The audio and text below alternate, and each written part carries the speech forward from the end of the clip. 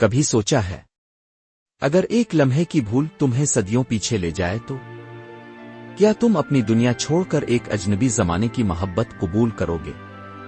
یہ ہے ایک نوجوان کی کہانی جس نے موبائل کی بیٹری ختم ہونے پر ایک دروازہ کھولا اور وقت کے دریا میں ڈوب کر 400 سال پرانی محبت پالی۔ ایرنس 22 سال جدید ٹیکنالوجی پسند نوجوان۔ نور محل 20 سال 17 صدی ایک پرانی حویلی کی خوبصورت اور سادہ لڑکی۔ قاضی صاحب گاؤں کے باثر اور عمر رسیدہ بزرگ۔ رات کا سناٹا ہے۔ ایرنس پرانی تنگ گلی سے گزر رہا ہے۔ اس کے موبائل کی بیٹری ختم ہو گئی ہے۔ ایرنس خود سے یار یہ میں کہاں آ گیا؟ ہر طرف ویرانی ہے۔ لگتا ہے شارٹ کٹ نے مجھے لمبا راستہ دکھا دیا ہے۔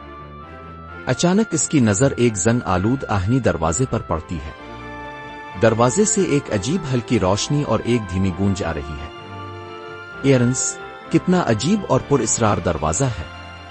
چلو دیکھتا ہوں۔ ایرنس دروازے کو دھکیلتا ہے۔ جیسے ہی وہ قدم اندر رکھتا ہے ایک تیز جھمکا ہوتا ہے، روشنی اسے اپنی لپیٹ میں لے لیتی ہے اور وہ چکر کھا کر زمین پر گر جاتا ہے۔ ایرنس آنکھیں کھولتا ہے۔ وہ ایک کھلے صحن میں لیٹا ہے۔ ارد گرد کچے مکان، مٹی کی دیواریں اور نوحے کی روشنی ہے۔ لوگ سادہ اور روایتی لباس میں ہیں۔ ایرنس حیرت سے یہ کوئی ڈرامہ سیٹ ہے؟ یہ کیسا لباس ہے؟ وہ اپنا فون نکالتا ہے۔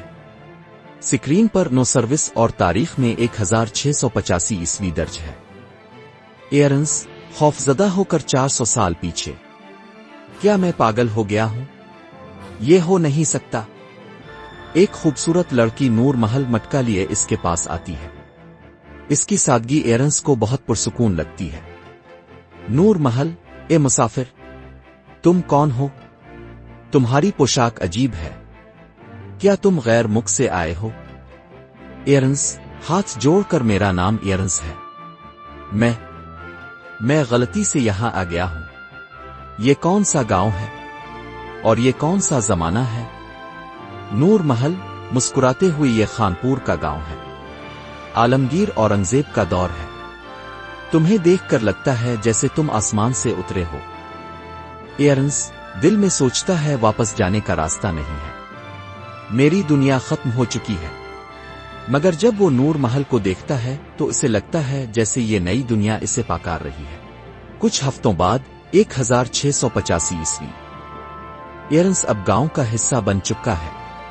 وہ نور محل کو اپنی دنیا کی کہانیاں سناتا ہے، ہوا میں اڑنے والے جہاز، تار کے بغیر آوازیں اور ٹائم ٹوکن کی کہانی۔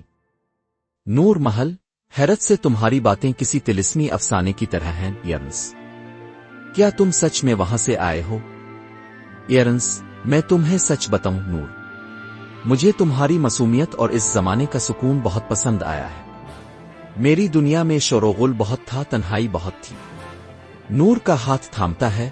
میرا وقت یہاں آ کر ٹھہر گیا ہے۔ قاضی صاحب وہاں آتے ہیں۔ قاضی صاحب، بیٹا ایرنس، تمہاری عقل اور تمہاری باتیں دل کو لگتی ہیں۔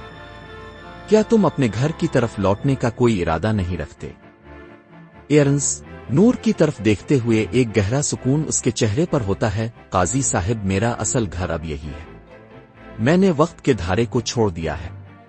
نور کی رضا ہو تو میں ہمیشہ کے لیے اس گاؤں کا رہنے والا بننا چاہتا ہوں۔ مجھے اب واپس جانے کی خواہش نہیں رہی۔